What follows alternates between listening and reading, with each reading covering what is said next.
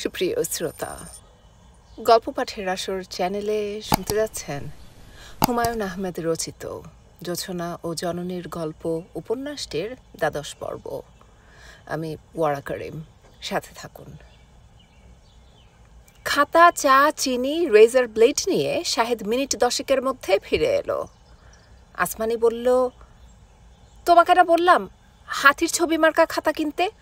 এই খাতা দেখেই তো তোমার মেয়ে কাঁদতে শুরু করবে। হাতি মার্কা খাতা ছিল না। থাকবে না কেন? ছিল তো বটেই। তুমি বলতে ভুলে গেছো। যা দিয়েছি তাই নিয়ে চলে এসেছো। প্লিজ খাতাটা বদলে আনো। শাহেদ শার্ট খুলতে খুলতে বলল, বদলাতে পারবো না। যা এনেছি তাই তোমার মেয়েকে দাও। আদর দিয়ে দিয়ে তুমি মেয়েটাকে নষ্ট করছো। জগতের নিয়ম হচ্ছে কোনো জিনিস চাইলেই পাওয়া যায় না, অথচ তোমার মেয়ের ধারণা হয়েছে যা চাওয়া যায় তাই পাওয়া যায়। হাতি মার্কা খাতা চেয়েছে, হাতি মার্কা খাতা দিতে হবে। বাঘ মার্কা চাইলে বাঘ মার্কা। এসব কি? তুমি এমন চোখ বড় বড় করে আমার সঙ্গে কথা বলছো কেন? জন্ম থেকেই আমার চোখ বড়, এই জন্যে চোখ বড় বড় করে কথা বলছি। তুমি বা সরু চোখে তাকিয়ে আছো কেন? সরু চোখে তাকিয়ে থাকার মতো অপরাধ কি করেছি আমি? মেয়ে যখন কেঁদে বাসা মাথায় তুলবে তখন কি করবে? ওকে বুঝিয়ে বলো। বুঝিয়ে বললে কেঁদে বাড়ি মাথায় তুলবে না। শিশুরা লজিক বুঝতে পারে। সমস্যা হলো বড়দের নিয়ে। বড়রা লজিক বুঝতে চায় না। তাহলে দয়া করে তোমার বিখ্যাত লজিক দিয়ে ওকে বোঝাও। শাহেদ খবরের কাগজ নিয়ে বসল। আসমানি কিছুক্ষণ স্বামীর দিকে তাকিয়ে রুনির কাছে গেল এবং তার প্রায় সঙ্গে সঙ্গে রুনির আকাশ ফাটানো চিৎকার শোনা যেতে লাগলো। ভয়াবহ চিৎকার, মনে হচ্ছে বাড়ি ঘর ভেঙে পড়বে। চিৎকার অগ্রাহ্য করে কাগজে মন দেয়া যাচ্ছে না। শাহেদের মেজাজ দ্রুত খারাপ হচ্ছে। ইচ্ছা করছে উঠে গিয়ে মেয়ের গালে একটা চড় বসিয়ে দেয়। এটাও করা যাবে না। তাহলে সারাদিন আসমানি মুখ ভোঁতা করে রাখবে। সন্ধ্যাবেলা দেখা যাবে মেয়েকে নিয়ে মার বাড়ির দিকে রওনা হয়েছে।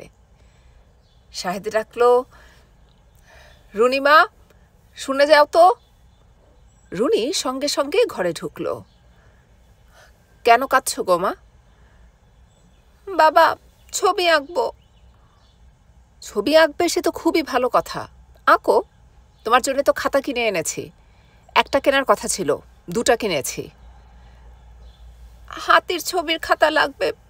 এই খাতায় আঁকবো না, এই খাতা পচা। হাতির ছবির খাতা দোকানে ছিল না, তাই আনা হয়নি। আমি আবার যখন বের হব তখন নিয়ে আসব। না, আমার এখনই লাগবে। চাইলেই সব কিছু পাওয়া যায় না মা। পাওয়া যায় না। পাওয়া যায় না। পাওয়া যায়। এরকম করে কথা বলবে না রুনি। এরকম করে কথা বললে আমার মেজাজ খুব খারাপ হবে। হঠাৎ দেখা যাবে তোমার গালে ঠাস করে একটা চড় বসিয়ে দিয়েছি। না, তুমি চড় বসাবে না। তুমি কিন্তু আমার মেজাজ খুব খারাপ করছো রুনি। এখন যাও, লক্ষ্মী মেয়ের মতো ছবি আঁকো। আমি কাগজ পড়ি। না, তুমি কাগজ পড়বে না। রুনি হাত বাড়িয়ে খবরের কাগজ টেনে নিল এবং শাহেদের কিছু বলার আগেই ছিঁড়তে শুরু করলো। রুনির মুখ গম্ভীর। তাকে দেখে মনে হচ্ছে কাগজ ছেঁড়ার এই কাজটি সে অত্যন্ত আনন্দের সঙ্গে করছে। শাহেদের অধিক শোকে পাথর হওয়ার মতো ব্যাপার হলো। সে মেয়ের কাগজ ছেঁড়া দেখল। শোকের প্রবল ধাক্কাটা কমে যাওয়ার পরপরই মেয়ের গালে চড় বসিয়ে দিল। রুনি সারা বাড়ি কাঁপিয়ে চিৎকার করতে লাগলো। আসমানি ছুটে এসে মেয়েকে তুলে নিয়ে গেল। শাহেদের মনটা খারাপ হলো। ইচ্ছা করলে ছেঁড়া কাগজগুলো হাতে নিয়ে পড়া যায়, ইচ্ছা করছে না। মেয়েটার গালে আরেকটা চড় দিতে ইচ্ছা করছে। মনে হচ্ছে আগের বারেরটা তেমন জোরালো হয়নি। রুনির কান্না থেমে গেছে।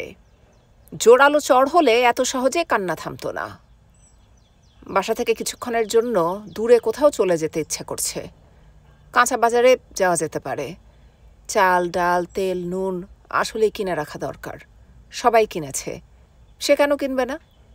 কয়েক কার্টন সিগারেট। যুদ্ধের সময় সবচেয়ে দুষ্প্রাপ্য হয় সিগারেট। আসমানি রুনিকে কোলে নিয়ে ঘরে ঢুকল। ভীত গলায় বলল, দেখো তো, ওর মুখ দিয়ে রক্ত পড়ছে। রুনিমা, হাঁ করো তো, হাঁ করো। রুনি হাঁ করল। আসলেই মুখ ভর্তি রক্ত। আসমানি হতভম্ব গলায় বলল, কি করেছো তুমি মেয়ের? শাহেদ অপ্রস্তুত গলায় বলল, গালটাল কোথাও কেটে গেছে। এত অস্থির হওয়ার মতো কিছু হয়নি। দেখি, ওকে আমার কোলে দাও। না, আমি আমার মেয়েকে তোমার কোলে দেব না। তুমি কোন সাহসে আমার মেয়েকে কোলে নিতে চাও? আসমানি ঝরঝর করে কেঁদে ফেলল। রুনি হাত বাড়িয়ে দিয়েছে বাবার কোলে যাবার জন্য। শিশুরা অতি সহজে অন্যের অপরাধ ক্ষমা করতে পারে। শাহেদ বলল, কোথায় কেটেছে একটু দেখি, দরকার হলে একজন ডাক্তার দেখিয়ে আনি। তোমাকে কিছুই করতে হবে না। খবরদার, তুমি আমার মেয়েকে কোলে নেবে না। খবরদার, তুমি আমার মেয়েকে ছোঁবে না। তুমি আমার ভেউ ভেউ করে কাঁদছো কেন? তোমার মেয়ে তো কাঁদছে না। এই দেখো, রক্ত পড়াও বন্ধ হয়েছে, আর রক্ত পড়ছে না। আসমানি কাঁদতে কাঁদতেই মেয়েকে কোলে নিয়ে পাশের কামরায় চলে গেল। শাহেদের মন এমনই খারাপ হলো যে তার নিজেরও কাঁদতে ইচ্ছা করল। দিনটা সুন্দরভাবে শুরু হয়ে হঠাৎ কেমন এলোমেলো হয়ে গেল। তার আর ঘরে চুপচাপ বসে থাকার কোনো মানে হয় না। সবচেয়ে ভালো হয় কিছুক্ষণ বাইরে কাটিয়ে এলে। অফিসে যাওয়া যেতে পারে। অফিস থেকে ফেরার পথে বাজার করে আনলে আসমানির রাগ হয়তো কিছু কমবে। মেয়েটার জন্যে গাদাখানিক হাতির ছবি আঁকা খাতা আনতে হবে, আর একটা ঘুড়ি কিনতে হবে। কবে যেন ঘুড়ির কথা বলছিল। অফিসে শাহেদের সময়টা খুব খারাপ কাটল। খাঁ খাঁ করছে অফিস। বলতে গেলে কেউ আসেনি। অফিসের পিয়ন রুস্তম টুলে বসে ঝিমুচ্ছে। চোখ মেলে একবার সে শাহেদকে দেখল। উঠে দাঁড়াচ্ছে এমন ভঙ্গি করে আবারও চোখ বন্ধ করে ঝিমোতে লাগল। United insurance company. একসময় লোকজন গম গম করত, আজ মাছি উঠছে। যেসব কোম্পানির মালিক অবাঙালি, তা সবগুলোরই এই অবস্থা। মালিকরা অফিসে আসা বন্ধ করেছেন। অফিসে মাছি উড়া শুরু হয়েছে। ক্যাশিয়ার নিবারণবাবু বললেন, আজ অফিসে এসেছেন কেন? আজ জোর গুজব শহরে আর্মি নামবে। শেখ সাহেব আর ইয়াহিয়ার বৈঠক বানচাল হয়ে গেছে। সবাই এখন ঘর সামলাতে ব্যস্ত। আপনি অফিসে কেন? শাহেদ বলল, আপনিও তো অফিসে। আমার ঘরে কিছু করার নেই। ফ্যামিলি দেশে পাঠিয়ে দিয়েছি, কাজেই চলে এসেছি। আপনাদের সঙ্গে গল্পগুজব করব। বেশ তো, করুন গল্পগুজব। নিবারণ সাহেব অনেক ধরনের মজার মজার গল্প করলেন। এর মধ্যে ভৌতিক গল্পও আছে। তার কাকার শ্রাদ্ধের দিন নাকি সবাই দেখেছিল অবিকল তার কাকার মতো দেখতে এক লোক শোবার ঘরের খাটে বসে আছে। লোকটা সম্পূর্ণ নগ্ন, শুধু গলায় পৈতা। শাহেদের কোনো গল্পই তেমন মজা লাগলো না। নিবারণবাবু ঝুঁকে এসে বললেন, আপনাকে খুব চিন্তিত লাগছে। ভাবিকে দেশের বাড়িতে পাঠিয়ে দেন, তাহলে দেখবেন আমার মতো হয়ে যাবেন। চিন্তা ভাবনাহীন লাট্টু মিয়া, যখন ইচ্ছা বনবন করে ঘুরব। শাহেদ বলল, উঠি। আরও কিছুক্ষণ বসুন, গল্প করি। চা খাবেন? চা নিয়ে দেই। না, চা খাবো না। কেন খাবেন না? চা খান, বি হ্যাপি। শাহেদ উঠে দাঁড়াতে দাঁড়াতে বলল, আপনি অফিসে কতক্ষণ থাকবেন? নিবারণবাবু আনন্দিত গলায় বললেন, আমি তো অফিসেই থাকি। বিছানা বালিশ নিয়ে চলে এসেছি। অফিস হলো এখন সবচেয়ে নিরাপদ জায়গা। 1টার দিকে শাহেদ অফিস থেকে বের হলো। মনে হচ্ছে শহর কোনো উৎসবের জন্য প্রস্তুত হচ্ছে। রাস্তায় রাস্তায় ব্যারিকেড দেওয়া হচ্ছে। শাহেদের সামনেই হাজার হাজার মানুষ মহা উৎসাহে পুরনো একটা বাস ঠেলতে ঠেলতে এনে রাস্তায় শুয়ে দিল। এরা কার বাস নিয়ে এসেছে কে জানে। শেখ সাহেব কি রাস্তা ব্যারিকেড দেওয়ার কোনো নির্দেশ দিয়েছেন? তার নির্দেশ ছাড়া তো এখন কিছুই হয় না। অফিস চলছে তার নির্দেশে, ব্যাংক চলছে তার নির্দেশে। 23শে মার্চ পাকিস্তানের প্রজাতন্ত্র দিবসে কোথাও পাকিস্তানি পতাকা উড়েনি। শুধু 3টা জায়গায় পতাকা উড়েছে। প্রেসিডেন্ট ভবনে, যেখানে ইয়াহিয়া থাকেন, গভর্নর ভবনে এবং এয়ারপোর্টে। ব্রিটিশ ডেপুটি হাইকমিশন এবং সোভিয়েত কনসুলেটে উড়েছে বাংলাদেশি পতাকা। চীন, ইরান, ইন্দোনেশিয়া এবং নেপাল পাকিস্তানি পতাকা তুললেও জনতার চাপে পাকিস্তানি পতাকা নামিয়ে বাংলাদেশের পতাকা উড়িয়েছে। আমেরিকান দূতাবাস অবশ্যই কোনো ঝামেলায় যায়নি, তারা কোনো পতাকাই উড়ায়নি। ভয়াবহ কাণ্ডটা করেছে ইপিআর। তারা যশোর সদর দপ্তরে উড়িয়েছে বাংলাদেশি পতাকা। সে রাতে টিভি অনুষ্ঠান শেষ হবার পর পাকিস্তানের জাতীয় সঙ্গীত পাক সার জমিন শাদ বাদ ঠিকই বাজানো হয়েছে, কিন্তু পাকিস্তানি পতাকা দেখানো হয়নি। লক্ষণ ভালো না, লক্ষণ খুবই খারাপ। পাকিস্তানের সৈন্যবাহিনী এত কিছু দেখার পরেও চুপ করে থাকবে, কিচ্ছু বলবে না, তা হতেই পারে না। ভয়ঙ্কর কিছু ঘটতে যাচ্ছে তো বটেই, সেটা কবে ঘটবে? বাসায় ফিরতে ইচ্ছা করছে না। কি করা যায়, কি করা যায়? নাইমুলের কাছে গেলে কিছুটা সময় কাটে। সে বিয়ে করেছে, এই খবরটা পেয়েছে। বিয়ের পর তার সাথে দেখা হয়নি। নাইমুলকে যে মেয়ে বিয়ে করেছে সে খুবই ভাগ্যবতী, এই খবরটা মেয়েকে দিতে ইচ্ছা করছে। শাহেদ ঠিক করল নাইমুলকে পেলে তাকে নিয়ে সে তার শ্বশুরবাড়ি যাবে। নাইমুলের স্ত্রীকে বলবে, ভাবি, কি অসাধারণ একটি ছেলেকে আপনি স্বামী হিসেবে পেয়েছেন জানেন না। আমি জানি নাইমুল অনেক তুচ্ছ জিনিস নিয়ে আপনার সঙ্গে রাগারাগি করবে, আপনাকে বিরক্ত করবে, সব আপনি সঙ্গে সঙ্গে ক্ষমা করে দেবেন, কারণ এই ছেলে খাঁটি হীরা, তার মধ্যে কোনো ভেজাল নেই। আপনি যদি চান আপনাকে লিখিতভাবে দিতে পারি। নাইমুলকে পাওয়া গেল না, ঘর তালাবন্ধ। তবে তালার সঙ্গে সেঁটে দেয়া একটা ছোট্ট চিরকুটে লেখা, যার জন্যে প্রযোজ্য। কিছুদিন ঘর জামাই জীবনযাপন করছি। আমার নতুন ঠিকানা 18 নম্বর সোভানবাগ, দোতলা, মিরপুর রোড। নিতান্ত প্রয়োজন ছাড়া কেউ যেন আমার কাছে না আসে। শাহেদ নোট পড়ে হাসল, মনে মনে ঠিক করল আসমানির রাগ ভাঙিয়ে তাকে নিয়ে সন্ধ্যার পর উপস্থিত হবে নাইমুলের শ্বশুরবাড়িতে। শাহেদ বাসায় ফিরল 2টার দিকে। কাঁচা বাজার ছাড়াই ফিরল। কি কি লাগবে তার লিস্ট আসমানির কাছ থেকে নেওয়া হয়নি। তবে সে 6টা হাতিমার্কা খাতা কিনল, 1 বাক্স রং পেন্সিল কিনল। আসমানির রাগ ভাঙানোর জন্য সে কিনল একটা রাগ ভাঙানি শাড়ি। শাড়ির রং অবশ্যই আসমানি, রাজশাহী সিল্কের শাড়ি। শাড়ি হাতে নিলেই আসমানির রাগ অনেকখানি কমবে। শাড়ির সঙ্গে লেখা নোটটা পড়লে এতটুকু রাগও থাকবে না। নোটে লেখা, জানগো, কেন এমন করো? বাসায় তালা দেওয়া। শাহেদ এতে তেমন বিস্মিত হল না। তার মনে ক্ষীণ আশঙ্কা ছিল বাসায় ফিরে এরকম কিছু সে দেখবে। ঘরে তালা দিয়ে আসমানি রাগ করে চলে যাবে কলাবাগানে তার মার কাছে। আসমানি কলাবাগানে ছিল না।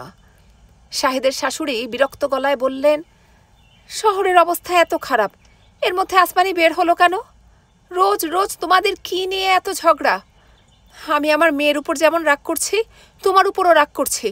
এখন যাও, তাড়াতাড়ি খুঁজে বের করো ও কোথায়। তুমি তো বাবা আমাকে মহা দুশ্চিন্তায় ফেলে দিলে। শহরের অবস্থা এত খারাপ, এর মধ্যে এই খবর। শাহেদ নানান জায়গায় ওদের খুঁজল, কোনো রকম সন্ধান পাওয়া গেল না। শাড়িটা সে রেখে এসেছে তার শাশুড়ির কাছে, এটা নিয়েও সে দুশ্চিন্তা করছে। শাশুড়ি যদি নোটটা পড়ে ফেলেন তাহলে খুব লজ্জার ব্যাপার হবে।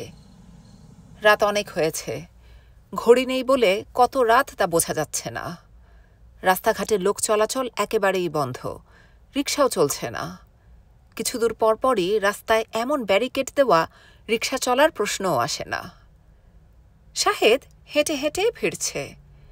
এই সময় শহরে মিলিটারি নামল। রাতটা হল 25শে মার্চ 1971। আকাশে ট্রেসার উঠছে, আকাশ আলো হয়ে উঠছে, তৈরি হচ্ছে আলোর নকশা। যেন বারবার কালো আকাশে ঝলমলিয়ে উঠছে উৎসবের হাউই বাতি। তারাবাতির মতো আগুনের ফুলকি বেরুচ্ছে মেশিনগানের মুখ থেকে, বাজির শব্দের মতো গুলি। উৎসব, অন্য ধরনের উৎসব, হত্যা ও ধ্বংসের উৎসব। এই উৎসবের জন্য কেউ কি তৈরি ছিল? ঢাকার ঘুমন্ত মানুষ ভয়াবহ আতঙ্ক নিয়ে জেগে উঠল। কি হচ্ছে? কি হচ্ছে?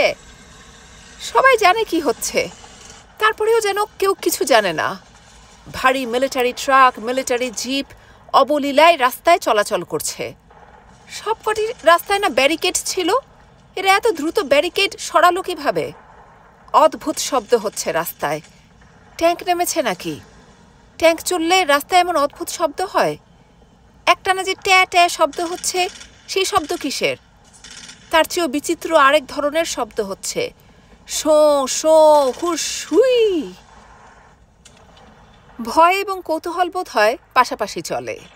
প্রচণ্ড ভীত মানুষের কৌতূহলও হয় প্রচণ্ড। এরা জানালার শিক ধরে দাঁড়িয়েছে, দেখতে চেষ্টা করছে কি হচ্ছে বাইরে।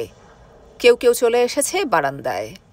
চোখের সামনে ভয়াবহ ধ্বংসযজ্ঞ দেখার আলাদা মাদকতা আছে। কিছুক্ষণের মধ্যেই এক ধরনের ঘোর তৈরি হয়, মাথার ভেতরে জগা খিচুড়ির মতো কিছু হয়। তখন মানুষ যুক্তি দিয়ে ব্যাখ্যা করা যায় না এমন সব কাণ্ড করে। এই জাতীয় কাণ্ড কিছু শুরু হলো।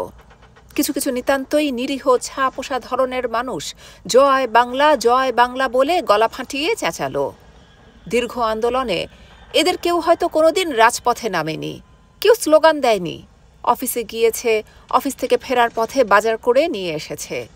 চটের ব্যাগের ভেতর থেকে উঁকি দিয়েছে একটা লাউ, ইলিশ মাছের লেজ। আজ হঠাৎ তাদের কি হয়ে গেল? ভীত মানুষের কান্না ও চিৎকার শোনা যেতে শুরু করলো তারও কিছু পরে। আকাশে তখন ট্রেসারের সংখ্যা কমে এসেছে, কারণ তার প্রয়োজন নেই। সারা ঢাকা শহর আলোকিত, অসংখ্য জায়গায় আগুন জ্বলছে, কুণ্ডলি পাকিয়ে উঠছে কালো ধোঁয়া। আগে সারা শহরে একসঙ্গে গুলি হচ্ছিল, এখন তা হচ্ছে না। গুলি হচ্ছে অঞ্চল বিশেষে। টেলিফোন কাজ করছে না। রাস্তা শুধু যে জনশূন্য তাই নয়, প্রথমবারের মতো কুকুর শূন্য। কোথায় কি হচ্ছে কেউ জানতে পারছে না। বঙ্গবন্ধু শেখ মুজিবুর রহমানের কি হলো? তাঁর আঙুলের ইশারায় দেশ চলছিল, এখন তিনি কিছু বলছেন না কেন? ইয়াহিয়ার সঙ্গে শেষ বৈঠকের আগে সাংবাদিকদের বলেছিলেন, ভালো কিছু আশা করছি, খারাপ কিছুর জন্যেও প্রস্তুত আছি। কোথায় তার প্রস্তুতি? নাকি যুদ্ধ শুরু হয়েছে কেউ কিছু জানেই না? একদল মিলিটারি ঢুকে পড়ল বিশ্ববিদ্যালয় এলাকায়। তাদের হাতে শিক্ষকদের তালিকা। তারা মানুষ না, তারা সাক্ষাৎ আজরাইল, মানুষের বেশে জান কবচ করতে এসেছে। এটা কার বাড়ি? জগন্নাথ হলের প্রভোস্ট, হিন্দু মালাউন। বদমাস্টার নাম কি? জ্যোতির্ময় গুহ ঠাকুরতা।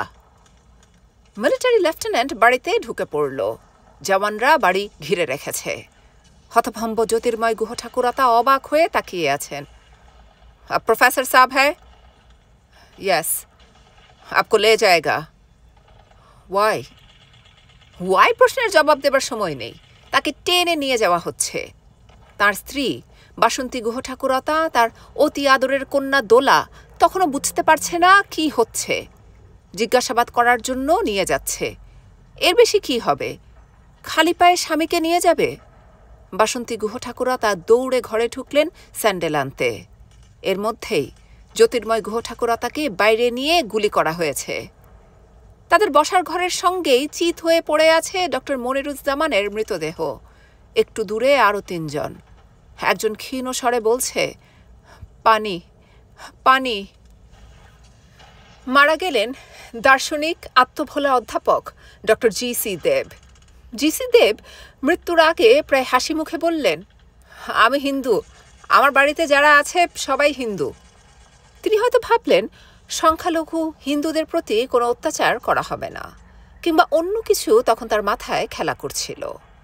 মারা গেলেন মৃত্তিকা বিজ্ঞান বিভাগের অধ্যাপক ডক্টর ফজলুর রহমান, ফলিত পদার্থবিদ্যার অধ্যাপক অনুদ্বৈপায়ন ভট্টাচার্য, পরিসংখ্যান বিভাগের প্রধান ডক্টর মনিরুজ্জামান, ভূতত্ত্ব বিভাগের অধ্যাপক মোহাম্মদ আব্দুল মুক্তাদির, অঙ্ক বিভাগের অধ্যাপক শরাফত আলী, পদার্থবিদ্যা বিভাগের অধ্যাপক এম.আর. খান খাদিম, শিক্ষা ও গবেষণা ইনস্টিটিউটের শিক্ষক মোহাম্মদ সাদিক ও ডক্টর মোহাম্মদ সাদাত আলী।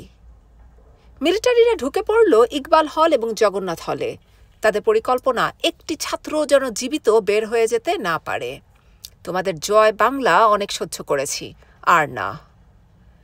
রোকেয়া হল এবং শামসুন্নাহার হল, মেয়েদের দুটি হল। হলের মেয়েরাও আতঙ্কে অস্থির হয়ে দেখল গেট ভেঙে মিলিটারিরা ঢুকছে। আমাদের বাঁচাও এই বলে চিৎকার করার মতো মানসিক শক্তিও তাদের রইল না। তারা দেখল পাকিস্তানি জওয়ানরা মার্চ করে হলের দিকে এগুচ্ছে। সেনাবাহিনী আগুন জ্বালিয়ে দেয় ইত্তেফাক অফিসে। দাউ দাউ করে আগুন জ্বলতে থাকে দ্য পিপলস, গণবাংলা এবং সংবাদ অফিসে। আত্মনিমগ্ন কবি শহীদ সাবের সংবাদ অফিসেই ঘুমাতেন। সংবাদ অফিসই ছিল তার ঘরবাড়ি। তিনি জীবন্ত দগ্ধ হয়ে মারা গেলেন সংবাদ অফিসেই।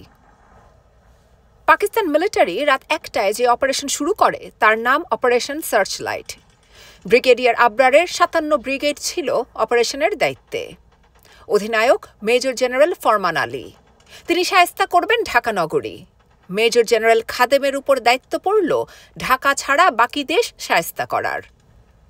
ব্রিগেডিয়ার আবরার 18 পাঞ্জাব, 22 বেলুচ এবং 32 পাঞ্জাবের যৌথ দলকে লেলিয়ে দিল বিশ্ববিদ্যালয় এলাকায়। 31 পাঞ্জাব রেজিমেন্টকে পাঠালো রাজারবাগের 1000 পুলিশকে জন্মের শিক্ষা দেবার জন্যে।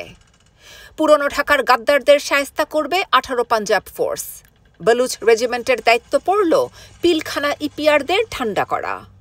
13 ফ্রন্টিয়ার ফোর্সকে কোনো কাজে লাগানো হলো না। রিজার্ভ বাহিনী হিসেবে তাদের ক্যান্টনমেন্ট এলাকাতে রেখে দেয়া হলো। 43 হালকা বিমান বিধ্বংসী রেজিমেন্টকে পাঠানো হলো তেজগাঁও বিমানবন্দরের দায়িত্বে। 1 প্লাটুন কমান্ডো পাঠানো হলো ধানমন্ডি 32 নম্বর থেকে শেখ মুজিবকে ধরে আনতে। রাত 1টায় ওয়্যারলেসে 57 ব্রিগেডের ব্রিগেড কমান্ডার মেজর জাফরের উৎফুল্ল কণ্ঠ ভেসে এলো, big bird in the cage, others not in the নেস্টস, over. সামরিক বাহিনীর জিপে করে তাকে নিয়ে আসা হলো ক্যান্টনমেন্টে। মেজর জাফর জানতে চাইল জেনারেল টিক্কা কি তাকে একবার চোখের দেখা দেখতে চান। টিক্কা উত্তর দিল, I don't want to see his face. General tikka 25 March রাত 9টায় ঢাকা অঞ্চল কমান্ডার মেজর জেনারেল ফরমান আলীর স্টাফ অফিসে ঢাকা অপারেশনের দায়িত্বে নিযুক্ত অফিসারদের হাসতে হাসতে বলেছিলেন, ঢাকা শহরে এমন তাণ্ডব তৈরি করতে হবে যেন আতঙ্কে দুগ্ধবতী মাতার বুকের দুধ জমে দই হয়ে যায়।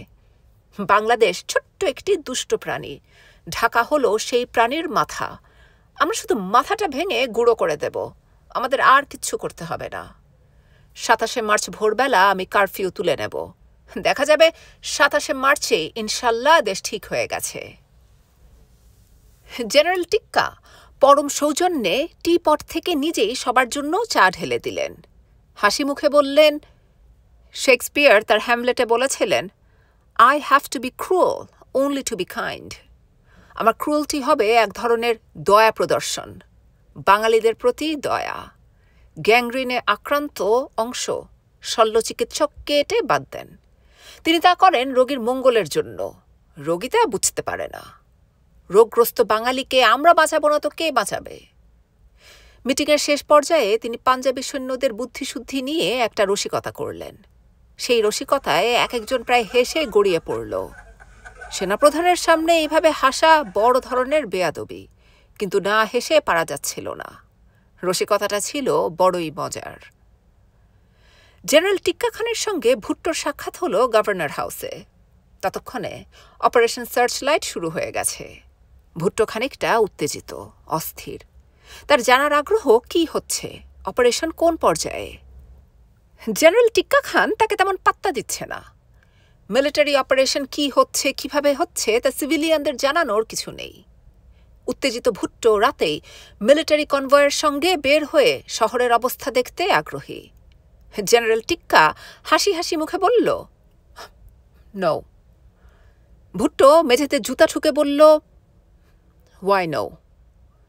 জেনারেল টিক্কা বলল, because I said no. Bhutto বলল, আমি প্রেসিডেন্ট ইয়াহিয়ার সঙ্গে কথা বলতে চাই। টিক্কা বলল, প্রেসিডেন্ট ইয়াহিয়া ঢাকা ত্যাগ করেছেন, তিনি এখন পাকিস্তানের পথে। ভুট্টো আবারও মেঝেতে জুতা ঠুকে বলল, এই তথ্যটা আমি কেন জানলাম না? আমিও তো তার সঙ্গে চলে যেতে পারতাম। আপনাকে রেখে যাওয়া হয়েছে বিদ্রোহী পূর্ব পাকিস্তানের শান্ত রূপ দেখে যাবার জন্যে। অখণ্ড পাকিস্তানের সম্ভাব্য প্রধানমন্ত্রী, কফি খাবেন? সম্ভাব্য প্রধানমন্ত্রী সম্বোধনে ভুট্টোকে খানিকটা তুষ্ট মনে হল। লন্ডনের ডেইলি টেলিগ্রাফের রিপোর্টার সাইমন ড্রিংয়ের পাঠানো প্রত্যক্ষদর্শীর ভাষ্য ঢাকা থেকে পাঠানো প্রথম বিদেশি প্রতিবেদন। তিনি তার দীর্ঘ প্রতিবেদনের এক অংশে লিখলেন, City lies silent. Shortly before dawn, most firing had stopped, and as the sun came up, an eerie silence settled over the city, deserted and completely dead, except for the noise of the crows, an occasional convoy of troops, or 2 or 3 tanks rumbling by mopping up. At noon again, without warning, columns of troops poured into the old section of the city, where more than 1 million lived in a sprawling maze of narrow, winding streets. For the next 11 hours, they devastated the old town, as it is called. The lead unit was followed by soldiers carrying cans of gasoline. Those who tried to escape was shot. Those who stayed were burnt alive. নগরী নীরব। সকাল হবার কিছুক্ষণ আগে গোলাবর্ষণ থেমে গেল। সূর্য উঠল। এক ভৌতিক নীরবতা নগরীকে গ্রাস করল। পরিত্যক্ত মৃত এই নগরীতে শুধু শোনা যাচ্ছে কাকের ডাক, মিলিটারি কনভয় ও চলমান ট্যাঙ্কের ঘর ঘর শব্দ। দুপুরে আচমকা সৈন্যদলের গাড়ি পুরনো ঢাকায় ঢুকে পড়ল, যার গোলক ধাঁধার মতো গলিঘুঁজিতে 10 লাখ মানুষ বাস করেন। পরের 11টা ঘণ্টা ধরে চলল ধ্বংসযজ্ঞ। অগ্রবর্তী দলের পেছনে পেছনে সৈন্যরা পেট্রোলের টিন হাতে করে যাচ্ছিল। যারা পালাতে চেষ্টা করছিল তাদের গুলি করা হলো, যারা পালালো না তাদের জীবন্ত পুড়িয়ে মারা হলো।